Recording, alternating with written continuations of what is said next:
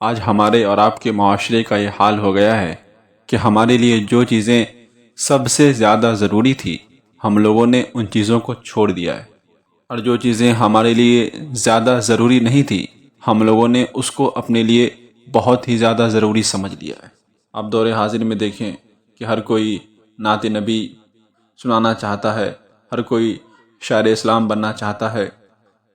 تو میں اس کا انکار نہیں کرتا ہوں کہ نعت نبی سنانا اچھی بات نہیں ہے، شاعر اسلام بننا اچھی بات نہیں ہے، لیکن آپ یہ دیکھیں کہ ہمارے معاشرے میں قرآن کہاں ہے، ہمارے محفلوں میں قرآن کہاں پڑھا جاتا ہے۔ بس 1 سے 2 منٹ قرآن کریم کی تلاوت کی جاتی ہے، اس کے بعد پھر شاعر اسلام آتے ہیں، وہ شاعر سنانے لگتے ہیں، لوگ سنتے ہی رہتے ہیں۔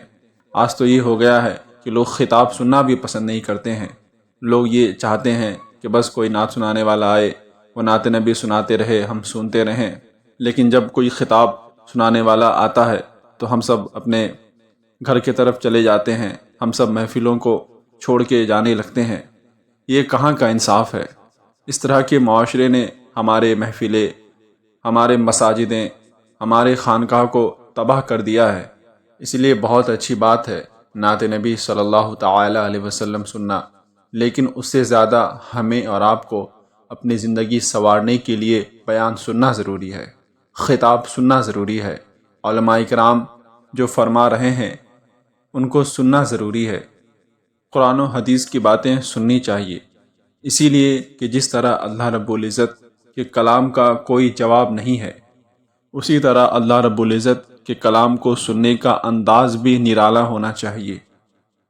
سب سے زیادہ اہمیت اللہ رب العزت کے کلام کو دینا چاہیے، اسی لیے کہ اللہ رب العزت کے کلام سے بڑھ کر دنیا میں کوئی کلام نہیں ہے، کلام الہی سے بڑھ کر دنیا میں کوئی بھی کلام نہیں ہے، اور نہ ہی قیامت تک کوئی قرآن کریم کی مثل کتاب آ سکتی ہے۔ ہرگز ہرگز ایسا نہیں ہو سکتا ہے۔ ابھی تو ہر شعبے میں گراوٹ آئی ہے، ہر شعبے کے پڑھنے والے میں کمی آئی ہے، پھر بھی دیکھا جاتا ہے کہ ہر کوئی الگ الگ سبجیکٹ کو پڑھنا پسند کرتا ہے، biology, pathology, science, chemistry, psychology, ہر کوئی دنیاوی کتاب کو تو پڑھنا پسند کرتا ہے، لیکن قرآن جیسی بابرکت با اہمیت کتاب کو کوئی چھونا پسند نہیں کرتا ہے، صرف اور صرف اپنے گھر میں اس کو برکت کے لیے رکھتا ہے، اس کو ہاتھ بھی نہیں لگاتا ہے۔ ابھی آپ دیکھ لیں کہ لوگ اپنے باپ داداؤں کی باتیں، اپنے خاندانوں کی باتیں، اپنے رشتہ داروں کی باتیں، پولیٹیشن کی باتیں، کہ فلاں جگہ یہ ہو گیا ہے، فلاں جگہ یہ ہو رہا ہے، یہ نیتا اچھا ہے، یہ نیتا خراب ہے، یہ نیتا کوئی کام نہیں کرتا ہے، یعنی ہر کوئی دنیاوی باتیں بولنا پسند کرتا ہے، دنیاوی باتیں سننا پسند کرتا ہے، اور قرآن کریم کو صرف اور صرف برکت کے خاطر اپنے گھر کے جزدان میں رکھ دیتے ہیں۔ آج ایسا ہو گیا ہے کہ ہمارے مشورے میں بھی قرآن کریم کی باتیں نہیں کی جاتی ہے، ہم اپنے گھر کے فیصلے لیتے ہیں اس میں بھی قرآن کریم کی باتیں موجود نہیں ہوتی ہے، اور زیادہ سے زیادہ صرف برکت کے لیے محفلوں میں 1 2 منٹ قرآن کریم کی تلاوت کی جاتی ہے۔ ہم لوگوں نے قرآن کریم کے ساتھ بس اتنا سا ہی سلوک کیا ہے، اس سے زیادہ ہم لوگوں نے کچھ نہیں کیا ہے۔ در حقیقت میں ضروری ہے کہ ہر محفل میں کم سے کم 70% گفتگو قرآن کریم کی ہونی چاہیے، قرآن کریم کی اہمیت کے متعلق ہونی چاہیے۔ ہر درسگاہوں میں سب سے زیادہ چرچا قرآن کریم کا ہونا چاہیے، اسی لیے کہ فزکس، کیمسٹری، بائیولوجی، ان سب کی جو ٹاپک ہے یہ لمٹ ہے، یہ محدود ہے، اور قرآن کریم کی جو ٹاپک ہے وہ انلمیٹیڈ ہے۔ حضرت مولا علی رضی اللہ تعالی عنہ ارشاد فرماتے ہیں، صرف سورۃ الفاتحہ کی تفسیر سے میں اتنی کی کتابیں لکھ دوں کہ 70 اونٹ کے پیٹھ کے اوپر وہ کتابیں بھر جائے، پھر بھی اس کی تفسیر ختم نہ ہو۔ یہ کوئی عام آدمی نہیں کہہ رہے ہیں، بلکہ وہ کہہ رہے ہیں جو سارے اسکالر میں کنگ ہیں، جن کے بارے میں نبی پاک صلی اللہ تعالی علیہ وسلم نے ارشاد فرمایا کہ حضرت علی رضی اللہ تعالی عنہ یہ باب العلم المدینہ ہیں۔ حضرت مولا علی رضی اللہ تعالی عنہ ارشاد فرماتے ہیں کہ اللہ رب العزت نے مجھے اتنا زیادہ علم سے نوازا ہے کہ میں سورۃ الفاتحہ کی تفسیر میں، اس کی وضاحت میں، اس کی ڈیفینیشن میں اتنی کتابیں لکھ دوں کہ 70 اونٹوں کے پیٹھ کتابوں سے بھر جائے، اس کے بعد بھی اس کی تفسیر مکمل نہیں ہوگی۔ اسی سے آپ اندازہ لگا سکتے ہیں کہ قرآن کریم اپنے اندر کتنے علم و فنون کا سمندر رکھتا ہے کہ اس کی تفسیر کر دی جائے، اس کی وضاحت کر دی جائے، پھر بھی کما حق ہو اس کی وضاحت نہیں ہو پائے گی۔ زمین، آسمان، چاند، ستارے، سب کچھ اللہ رب العزت نے پیدا کیا ہے۔ اللہ رب العزت نے ہمیں اور آپ کو پیدا کیا ہے۔ دنیا میں جتنی بھی چیزیں ہیں سب کو اللہ رب العزت نے پیدا کیا ہے۔ کوئی بھی انسان اللہ رب العزت کی اجازت کے بغیر ایک ذرہ برابر ہل نہیں سکتا ہے، اور اللہ رب العزت بندوں کو اس کی اوقات بتانے کے لیے کبھی سیلاب بھیجتا ہے، کبھی طوفان بھیجتا ہے، کبھی بھوکمپ بھیجتا ہے، کبھی زلزلہ بھیجتا ہے، کبھی انہونی مصیبت بھیجتا ہے، تاکہ بندے میری قدرت کو پہچانیں اور میری عبادت کریں اور مجھ کو راضی کرنے کی کوشش کریں۔ اسی لیے ہمارے چاہنے سے کچھ بھی نہیں ہوتا ہے۔ جب تک اللہ رب العزت نہیں چاہے گا ہم کچھ بھی نہیں کر پائیں گے۔ ہمیں یہ سمجھنے کی بہت ضروری ہے کہ ہمیں اللہ رب العزت نے کیوں پیدا کیا ہے، اور جب اللہ رب العزت نے ہمیں پیدا کیا ہے تو ہمارے لیے کیا چیز ضروری ہے، ہم کیا کام کریں کہ اللہ رب العزت ہم سے راضی ہو جائے، ہمارے لیے بہت ہی زیادہ ضروری ہے۔ اور اللہ رب العزت ہمیں بتا دیتا ہے کہ تمہارے چاہنے سے کچھ بھی نہیں ہوتا ہے، وہی ہوتا ہے جو منظور خدا ہوتا ہے۔ لیکن اس کے باوجود بھی ہم گناہ پہ گناہ کرتے جا رہے ہیں، اس کے باوجود بھی ہم اللہ رب العزت کو ناراض کر رہے ہیں، رسول اعظم صلی اللہ تعالی علیہ وسلم کی شان میں توہین کر رہے ہیں، رسول اعظم صلی اللہ تعالی علیہ وسلم کو ناراض کر رہے ہیں۔ ہمارے لیے ضروری ہے کہ ہم اللہ رب العزت کو راضی کریں، رسول اعظم صلی اللہ تعالی علیہ وسلم کو راضی کریں۔ یہی مذہب اسلام کا پیغام ہے، اور یہی پیغام کو عام کرنے کے لیے اللہ رب العزت نبیوں کو بھیجتا ہے، اللہ رب العزت رسولوں کو بھیجتا ہے، اللہ رب العزت اولیاء صالحین کو بھیجتا ہے کہ جاؤ اور میرے پیغام کو عام کرو، جاؤ اور لوگوں کو بتاؤ کہ اللہ رب العزت ایک ہے، وحدہ لا شریک، کہ اس کا کوئی شریک نہیں ہے۔ لیکن دور حاضر میں ہم اور آپ اپنے زندگی میں اتنا زیادہ مست مگن ہو گئے ہیں، اتنا زیادہ کھو گئے ہیں کہ ہم نے اللہ رب العزت کے احکام کو بھلا دیا ہے، رسول اعظم صلی اللہ تعالی علیہ وسلم کے فرمان کو بھلا دیا ہے۔ ہم صرف دنیاوی بات کرتے ہیں، صرف اور صرف یہ چاہتے ہیں کہ ہمارا فائدہ ہو، لوگ ہمیں راضی کریں، لوگ میرے دروازے پہ آئیں، مجھ سے بھیک مانگیں، لوگ میرے پاس آئیں، میری خدمت کریں۔ ہم بس یہی چاہتے ہیں۔ ہم یہ کبھی نہیں سوچتے ہیں کہ ہم کون سا ایسا کام کریں کہ اللہ رب العزت ہم سے راضی ہو جائے، رسول اعظم صلی اللہ تعالی علیہ وسلم ہم سے راضی ہو جائیں۔ ہم دور حاضر میں ذرہ برابر بھی یہ نہیں سوچتے ہیں۔ ہم نے دنیا کو ہی سب کچھ بنا لیا ہے۔ ہم بھول گئے ہیں کہ مرنے کے بعد بھی ایک دنیا ہے، میدان محشر بھی قائم ہوگا۔ ہم سب کچھ بھول گئے ہیں، ہم دنیا کو ہی سب کچھ بنا بیٹھے ہیں، دنیا کو ہی سب کچھ سمجھ بیٹھے ہیں، جس کا نتیجہ یہ ہو رہا ہے کہ طرح طرح کی مصیبتیں، طرح طرح کا عذاب اللہ رب العزت ہمارے اوپر نازل کر رہا ہے۔ اسی لیے ہمیں اور آپ کو چاہیے کہ ہم اپنے ذہن پہ یہ بات محفوظ کر لیں کہ ہم کمزور ہیں، ہماری بنیاد کمزور ہے، ہماری پیدائش کمزور ہے، اور قیامت کی نشانی ہے کہ جب دنیا میں گناہ زیادہ ہونے لگے گا تو بجلیوں کے طرح لوگ مرنے لگیں گے۔ جس طرح بجلی آتی ہے ایک جھٹکے میں لوگ ہلاک ہو جاتے ہیں۔ آپ ہسٹری کا مطالعہ کر لیں، جب پہلے تیز آندھی آیا کرتی تھی، جب تیز بارش ہوا کرتی تھی تو لوگ زیادہ ہلاک نہیں ہوتے تھے، لوگ اپنے چھوٹے سے گھر میں رہتے تھے، محفوظ رہتے تھے، سیفٹی رہتی تھی۔ بہت سارے ایسی جگہیں ہیں جہاں بہت ہی زیادہ بارش ہوا کرتی تھی، 1 مہینے 2 مہینے تک مسلسل بارش ہوتی رہتی تھی، اس کے باوجود بھی لوگ وہاں زیادہ ہلاک نہیں ہوتے تھے۔ اور اب تو ویسی آندھی بھی نہیں آتی ہے اور اس طرح کی مسلسل بارش بھی نہیں ہوتی ہے، اس کے باوجود بھی لوگ زیادہ ہلاک ہو رہے ہیں۔ اس کے باوجود بھی روز یہ خبر سننے کو ملتی ہے کہ فلاں جگہ وہ انتقال ہو گیا، فلاں جگہ وہ مر گیا۔ مسلسل ہمیں زیادہ خبر یہ سننے کو ملتی ہے کہ اس کا انتقال ہو گیا، وہ مر گیا۔ اسی لیے اس چیز کو اپنے ذہن پہ محفوظ کر لیں کہ قیامت کی نشانیاں ہیں کہ لوگ قرب قیامت میں زیادہ مریں گے، زیادہ تعداد میں لوگوں کی موت ہوگی۔ آج دیکھیں یہ نشانیاں سچ ہو رہی ہے۔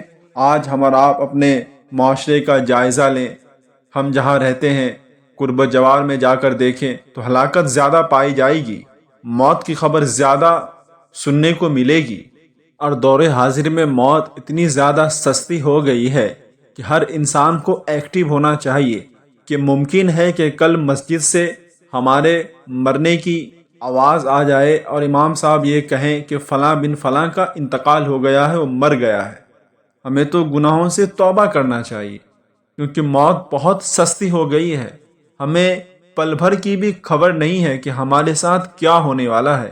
ہمیں یہ بھی نہیں معلوم ہے کہ ہم بازار جا رہے ہیں سبزی خریدنے کے لیے، سادہ سامان خریدنے کے لیے، لیکن ہم وہاں سے واپس آئیں گے یا نہیں آئیں گے ہمیں یہ بھی خبر نہیں ہے۔ ہم اپنے رشتہ دار سے ملاقات کرنے کے لیے جا رہے ہیں، ہم وہاں سے واپس آئیں گے یا نہیں آئیں گے ہمیں یہ بھی خبر نہیں ہے۔ ہم سفر کر رہے ہیں، ہمیں یہ بھی نہیں معلوم ہے کہ ہم سفر سے صحیح سلامت واپس آئیں گے یا نہیں آئیں گے۔ ہمیں ذرہ برابر ایک ایک پل کی خبر نہیں ہے، لیکن اس کے باوجود بھی ہم گناہ پہ گناہ کیے جا رہے ہیں، اس کے باوجود بھی ہم اللہ رب العزت کو ناراض کرتے ہوئے جا رہے ہیں۔ در حقیقت میں اب گناہ کرتے کرتے لوگوں کا سینہ اتنا زیادہ سیاہ ہو گیا ہے کہ لاش سامنے پڑی رہتی ہے، میت سامنے پڑی ہوئی ہوتی ہے، اس کے باوجود بھی ہم مسکراتے رہتے ہیں، ہم ہنستے رہتے ہیں، یہاں تک کہ ہمارے اور آپ کے آنکھوں کے سامنے میت کو زمین میں دفن کر دیا جاتا ہے۔ ہم اپنے آنکھوں سے مشاہدہ کرتے ہیں، ہم اپنے آنکھوں سے دیکھتے ہیں، لیکن اس کے باوجود جب ہم قبرستان سے گھر واپس آتے ہیں تو ہم پھر گناہ پہ گناہ کرنے لگتے ہیں۔ پھر ہم بھول جاتے ہیں کہ ہمیں بھی ایک نہ ایک دن مرنے کے بعد قبرستان میں جانا ہے، ہمیں بھی مرنے کے بعد لوگ قبر میں دفن کر دیں گے، ہم اس کو بھول جاتے ہیں۔ یہی وجہ ہے کہ آج ہم گناہ کرتے ہیں، ہمیں ذرہ برابر بھی کوئی احساس نہیں ہوتا ہے، ہم گناہ میں مست مگن ہو جاتے ہیں، ہم بھول جاتے ہیں کہ دنیا فانی ہے، دنیا میں کوئی رہنے والا نہیں ہے۔ آج اس کی باری ہے، کل ہماری باری ہے، سب کو کسی نہ کسی دن ضرور انتقال ہونا ہے، مر جانا ہے، دنیا میں کوئی رہنے کے لیے نہیں آیا ہے۔ نبی پاک صلی اللہ تعالی علیہ وسلم نے ارشاد فرمایا تھا کہ ایک وقت ایسا آئے گا کہ اکثر و بیشتر لوگوں کی عقلیں چھین لی جائے گی، اور جب عقل چھین لی جائے گی تو ہوگا کیا؟ لوگ پاگل اور دیوانوں کی طرح رہیں گے۔ جس طرح ایک پاگل اور دیوانہ رہتا ہے، اس کو کچھ سمجھ میں نہیں آتا ہے کہ میرے لیے کیا صحیح ہے، میرے لیے کیا غلط ہے، تو اسی طرح لوگوں کا عالم ہو جائے گا کہ لوگ پاگل اور دیوانے اور مجنوں بن جائیں گے۔ ان کو ذرہ برابر بھی احساس نہیں ہوگا کہ ہمارے لیے حلال کیا ہے، ہمارے لیے حرام کیا ہے، بس وہ جنون کے ساتھ اپنی زندگی گزاریں گے۔ آج آپ دیکھ لیں دور حاضر میں ہمارے معاشرے میں اس طرح کی چیزیں پائی جاتی ہے۔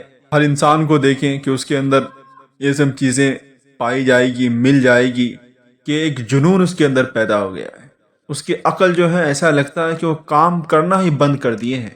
ان کو آپ دین کی دعوت دیں، اچھا کام کرنے کا رغبت دلائیں اور بولیں کہ یہ غلط ہے، یہ صحیح ہے، وہ کچھ وقت آپ کی باتیں سنے گا، لیکن اس کے بعد پھر وہ وہی کرے گا جو اس کا دل کرتا ہے۔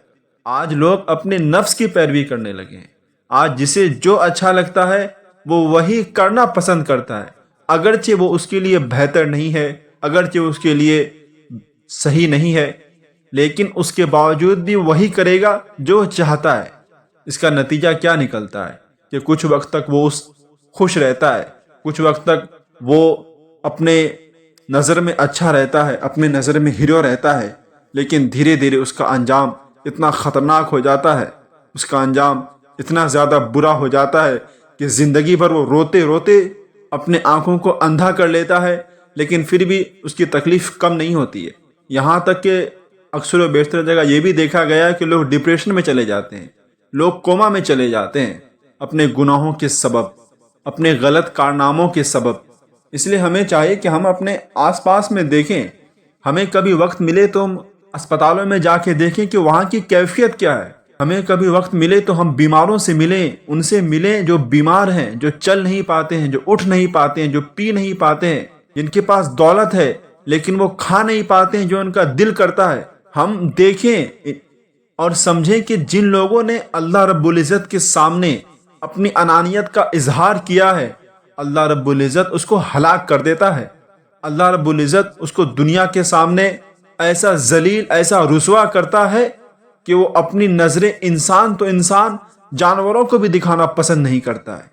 اور آج تو ہماری اور آپ کی ایک کیفیت ہو گئی ہے کہ ہم نے قبرستان کو بھی کھیلنے اور دل بہلانے کی جگہ سمجھ لیا ہے۔ آج قبرستان میں کوئی کسی کو دفن کرنا کے لیے جاتا ہے تو وہاں جا کے وہ ہنستا ہے، وہاں جا کے وہ سیلفی لیتا ہے، وہاں جا کر وہ ویڈیو بناتا ہے۔ قبرستان جو کہ رونے کی جگہ ہے، لیکن آج لوگوں نے اس کو مذاق کا اڈا بنا لیا ہے۔ آج لوگوں نے اس کو عیاشی کا اڈا بنا لیا ہے۔ آج لوگوں نے شریعت کو پامال کرنا شروع کر دیا ہے۔ لوگ جنازے سے پہلے ہنستے ہیں، جنازے کو دفنانے کے وقت ہنستے ہیں، جنازے میں تھوڑی سی تاخیر ہو جائے یا امام صاحب تھوڑی سی تاخیر سے آئیں تو لوگ آپس میں بحث و مباحثہ کرنے لگتے ہیں۔ میت کو دفنا کے لوگ بھاگنا شروع کر دیتے ہیں، میت کو دفناتے ہیں تو وہاں ہنس رہے ہیں۔ ہنسی مذاق لوگوں نے عام بنا لیا ہے۔ ہم یہ بھول گئے ہیں کہ اللہ رب العزت نے کون سی جگہ کو خاص کیا ہے اور کون سی جگہ کو عام کیا ہے، کون سی جگہ میں ہمیں کیا کرنا چاہیے۔ ہم اور آپ یہ بھول گئے ہیں۔ ہم اور آپ اپنی نفس کی پیروی کر رہے ہیں۔ ہمارا نفس ہمیں کہتا ہے ہنسو، ہم ہنسنے لگتے ہیں۔ ہمارا نفس ہمیں کہتا ہے رو، ہم رونے لگتے ہیں۔ یعنی ہمارا نفس جیسا چاہتا ہے ہمیں ویسا نچاتا ہے۔ ہم اپنے نفس کے غلام بن گئے ہیں۔ یہی وجہ ہے کہ آج ہم اور آپ دشواری ہی دشواریوں میں پھنستے چلے جا رہے ہیں۔ اگر آپ بڑے بڑے علماء کرام کی زندگی کا مطالعہ کریں گے، اولیاء صالحین کی زندگی کا مطالعہ کریں گے، تو آپ یہ دیکھیں گے کہ سب سے زیادہ کامیاب جو تھے انہوں نے اپنے نفس کو اپنا غلام بنایا تھا۔ انہوں نے اپنے نفس کی پیروی نہیں کی تھی۔ انہوں نے ہمیشہ اپنے نفس پر قابو رکھا، اپنے نفس پر کنٹرول رکھا۔ اسی لیے کہ جو اپنے نفس پر کنٹرول نہیں کرتا ہے اور جو نفس کا غلام بن جاتا ہے وہ گناہیں کرتے رہتا ہے، اس کو ذرہ برابر احساس نہیں ہوتا ہے۔ وہ یہی سوچتا ہے جو میں کر رہا ہوں وہی میرے لیے بہتر ہے، وہی میرے لیے اچھا ہے، وہی میرے لیے سب کچھ ہے، بس وہ سوچتا ہی رہتا ہے۔ اسی لیے نفس کا کام ہوتا ہے انسان کو بہکا دینا، انسان کو برائی کی طرف لے کے جانا، انسان کو اللہ رب العزت کی عبادت سے دور کر دینا۔ یہ نفس کا کام ہوتا ہے۔ اور آج دور حاضر میں لوگوں کا دل اتنا زیادہ سخت ہو گیا ہے کہ جتنا زیادہ سخت جانوروں کا دل نہیں ہوتا ہے۔ لوگوں کا دل جانوروں سے زیادہ سخت ہو گیا ہے۔ جانوروں کے اندر آپ دیکھیں گے کہ جب وہ راستے میں رہتا ہے، کوئی گاڑی آئی یا کوئی ایسی شے آتی ہے جس کو وہ محسوس کرتا ہے کہ ہمارے لیے خطرہ ہے، بہتر نہیں ہے، یہ ہمارے لیے ڈینجرس ہے، تو فوراً وہ اپنے راستے کو بدل دیتا ہے۔ لیکن انسان جانتا ہے کہ یہ میرے لیے خطرہ ہے، انسان کو معلوم ہے کہ یہ چیز میرے لیے بہتر نہیں ہے، اس کے باوجود بھی وہ اسی راستے میں چلتا ہے، اس کے باوجود بھی اپنے راستے کو نہیں بدلتا ہے، کیونکہ انسان اپنی نفس کی پیروی کرتا ہے۔ انسان بھول گیا ہے کہ اللہ رب العزت نے اس کو کیوں پیدا کیا ہے۔ انسان یہ بھول گیا ہے کہ اس کو مرنا ہے۔ انسان یہ بھول گیا ہے کہ مرنے کے بعد اس کو قبر میں سوال کا جواب دینا ہے۔ انسان یہ بھول گیا ہے کہ میدان محشر میں اس کو کھڑا کیا جائے گا، اس کے ہر ایک ذرے ذرے کا حساب لیا جائے گا۔ انسان سب کچھ بھول گیا ہے، وہ دنیا کو ہی سب کچھ اپنا سمجھ بیٹھا ہے۔ دور حاضر میں لوگ مسجد میں جاتے ہیں، اپنے سر میں ٹوپی پہنتے ہیں، چہرے میں داڑھی سجاتے ہیں، اس کے باوجود بھی ان کا دل مردہ ہو چکا ہے، اس کے باوجود بھی وہ گناہ کیے جا رہے ہیں۔ ہونا تو یہ چاہیے تھا کہ جب ہم اللہ رب العزت کی بارگاہ میں اپنے سر کو جھکا دیں تو ہم یہ دعا کریں، یہ عہد کریں کہ آئندہ ہم سے کوئی گناہ نہ ہو، آئندہ ہم سے کوئی غلط کام نہ ہو، آئندہ ہم سے کوئی برا کام نہ ہو۔ لیکن ہم مسجد میں اسی لیے جاتے ہیں کہ بس نماز پڑھیں اور جلدی سے وہاں سے نکل جائیں۔ اگر امام صاحب جمعہ کی نماز میں قرات کریں اور تھوڑی سی تاخیر کر دیں تو ہم دل میں سوچنے لگتے ہیں کہ آج سے میں اس مسجد میں نماز نہیں پڑھوں گا، میں اس مسجد میں نماز پڑھوں گا جہاں امام صاحب قرات جلدی کرتے ہوں، نماز جلدی ختم ہو جاتی ہو۔ آج سب کچھ ہم اور آپ یہی سوچتے ہیں کہ ہمارے اعتبار سے ہو، ہم جیسا چاہیں ویسا ہو۔ یہی وجہ ہے کہ آج دین تماشا بن گیا ہے، بلکہ مذہب اسلام نے ہمیں پیغام دیا ہے کہ دین تماشا نہیں ہے، لیکن ہم لوگوں نے دین کو تماشا بنا دیا۔ یہی وجہ ہے کہ ہم پر مصیبتیں آ رہی ہیں۔ آج آپ ہند کی کیفیت کو معلوم کریں، وہاں کی صورت حال کو معلوم کرنے کی کوشش کریں تو کافر کیا کر رہے ہیں۔ کافر دیکھتے ہیں کہ جہاں مسجد ہے لوگ وہاں نماز نہیں پڑھنے کے لیے آ رہے ہیں، تو کافر لوگ یہ کہہ رہے ہیں کہ یہاں میری دیوتا رہتی تھی، یہاں میرا بھگوان رہتا تھا، میں یہاں پوجا کروں گا۔ اور وہ حکومت کے پاس جاتا ہے اور وہاں سے آرڈر لے کے آ جاتا ہے، اور حکومت بھی اتنی بھولی بالی سیدھی سادھی لگتی ہے کہ ایسا لگتا ہے کسی نے کچھ اس کو سنگھا دیا ہے، اس کو کچھ دکھتا ہی نہیں ہے۔ وہ فیصلہ سنا دیتی ہے کہ جاؤ تم کو پوجا کرنا ہے تو تم پوجا کرو، تم کو جیسا دل کرتا ہے تم ویسا کرو۔ وہ آتا ہے اور وہاں کرنا شروع کر دیتا ہے۔ ہمیں دعا کرنی چاہیے کہ ہماری مسجدیں آباد ہو، ہماری مسجدیں حفظ و امان میں رہے، ہم اپنی مساجدوں کی حفاظت کریں۔ لیکن آپ دیکھ لینا ہر مسجد خالی نظر آتی ہے سوائے نماز جمعہ کے۔ آپ فجر میں چلے جائیں، ظہر میں چلے جائیں، عصر میں چلے جائیں، مغرب میں چلے جائیں، عشاء میں چلے جائیں، تو ایسا لگتا ہے کہ کوئی یہاں مسلمان نہیں رہتا ہے، جبکہ اکثر و بیشتر جگہ جہاں مسجد ہوتی ہے وہاں قرب و جوار میں مسلمان رہتے ہیں، مسلمانوں کا گھر ہوتا ہے، مسلمانوں کا کاروبار ہوتا ہے، مسلمان لوگ وہاں بزنس کرتے ہیں۔ اس کے باوجود بھی وہ مسجد میں آنا پسند نہیں کرتے، وہ مسجد میں آ کر اللہ رب العزت کی بارگاہ میں سر کو جھکانا پسند نہیں کرتے۔ یہی وجہ ہے کہ کافر ہماری مسجدیں ہم سے چھین رہے ہیں، ہماری زمینیں ہم سے چھین رہے ہیں۔ یاد رکھیں کہ جس مسجد کی حفاظت ہماری ذمہ داری تھی، اور اگر ہم اس کی حفاظت نہیں کریں گے، وہ مسجد ہمارے ہاتھ سے نکل جائے گی تو اللہ رب العزت ہم سے اس کا بھی سوال کرے گا، ہم سے اس کے متعلق بھی میدان محشر میں سوال کیا جائے گا کہ بتاؤ تم نے اپنے مسجدوں کی حفاظت کیوں نہیں کی تھی، تم نے اپنی عبادت گاہوں کی حفاظت کیوں نہیں کی تھی۔ ہم سے ذرہ ذرہ کا بروز محشر سوال کیا جائے گا۔ لیکن ہم دنیاوی فکر میں مبتلا ہو گئے ہیں، ہم نے دنیا کو سب کچھ سمجھ لیا ہے، ہم بھول گئے کہ ہمیں مرنا ہے۔ اسی لیے اللہ رب العزت کی بارگاہ میں دعا ہے کہ اللہ رب العزت ہم سبوں کو نیک بنائے، ہمارے دل میں مذہب اسلام سے محبت، مذہب اسلام کی محبت عطا فرمائے۔